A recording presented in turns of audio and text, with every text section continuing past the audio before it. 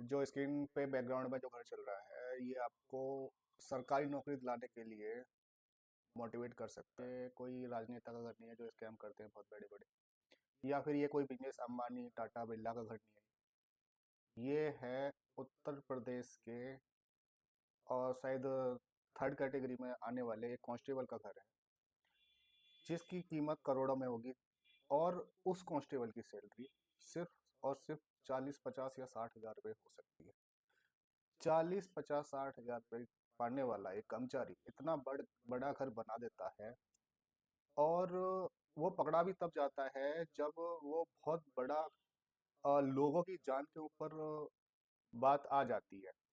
ये कोई anti corruption वाला ने नहीं पकड़ा है इसे, ना ही कोई पुलिस ने पकड़ा है इसे, ना ही किसी अधिकारी ने इसके खिलाफ इसकी शिकायत की है। इसके जो उच्च अधिकारी थे ना ही उन्होंने इसके खिलाफ कोई शिकायत की है। ये कोई सेंट्रल गवर्नमेंट की एजेंसी है, उसने इसे पकड़ा है, क्योंकि इसका नाम आया था कि जो भी बैंड ड्रग्स है भारत में उसकी सप्लाई में है, इसका नाम आया है। अब हम बात करेंगे कि आलोक सिंह जैसे लोग आते कहाँ से हैं और ये बनते कैसे हैं। आप जब भी बैंकों में जाएंगे या फिर सरकारी हॉस्पिटल्स में जाएंगे या फिर कहीं भी जो भी गवर्नमेंट के ऑफिसेज हैं वहाँ जाएंगे तो वहाँ पे आपको एक चीज़ दिखाई देगी। एक नोटिस बोर्ड लगा होगा, वहाँ पे हेल्पलाइन नंबर और जैसे कि एम्बुलेंस नंबर तो बाद में दिखाई देगा, लेकिन आपको एक सबसे बड़ा बोर्ड दिखाई देगा जिसमें लिखा होगा कि आप किसी भी कर्मचारी से बहस ना करें। बहस का मतलब यह है कि आप बहस करेंगे, वो कहेगा कि कर्मचारी कहेगा कि भाई तुम झगड़ा कर रहे हो, वो पुलिस बुला लेगा और पुलिस पकड़ के ले जाएगी। तो वो सीधे सीधे ये कहना चाहते हैं कि भाई तुम यहाँ पे आओ, हमारा मन होगा तो काम करेंगे, हमारा मन नहीं होगा तो काम नहीं करेंगे। कर्मचारी का सीधा मतलब ये है कि भाई हमें पैसे दो तभी तुम्हारा काम होगा, वरना काम नहीं होगा। बहुत सारी जगह ऐसी होती हैं जहाँ पे आप बिना पैसे से काम नहीं करवा सकते हैं और आप बहस भी नहीं कर सकते हैं वहाँ पे जाने के बाद, क्योंकि जो भी पब्लिक सर्वेंट हैं भारत में वो अपने आप को सर्वेंट नहीं समझते हैं। वो समझते हैं कि भाई हम मालिक हैं। उनको ये समझाना आप नहीं समझा सकते, आप उनको कुछ बोल ही नहीं सकते।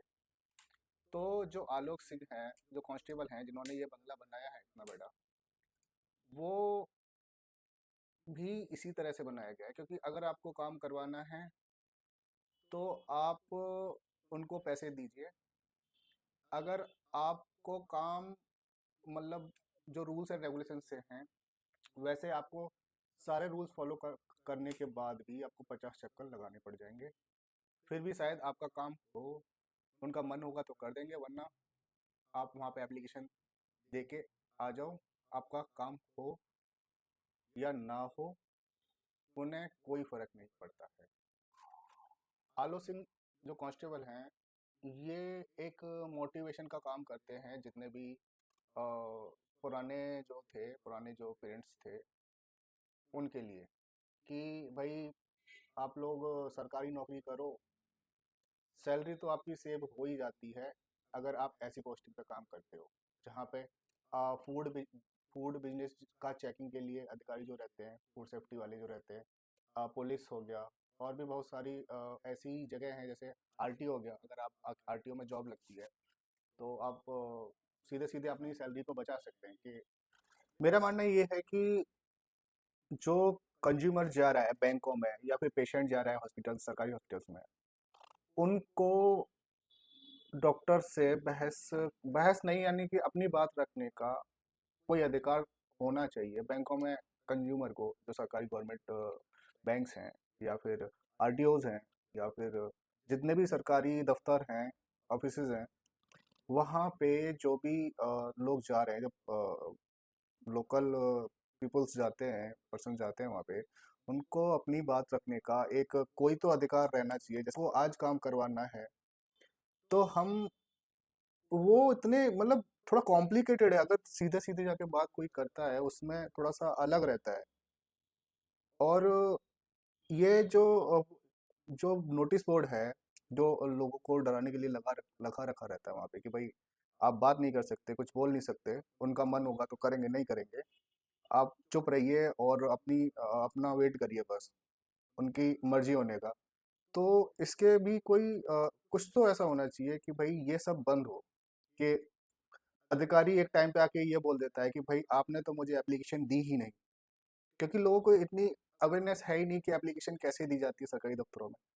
या फिर बहुत सारी चीज़ें ऐसी हैं जो उनको पता ही नहीं है, वो सीधे अधिकारी से मिलते हैं, वो कहता है कि ठीक है आप हो जाएगा, रख जाइए यहाँ पे।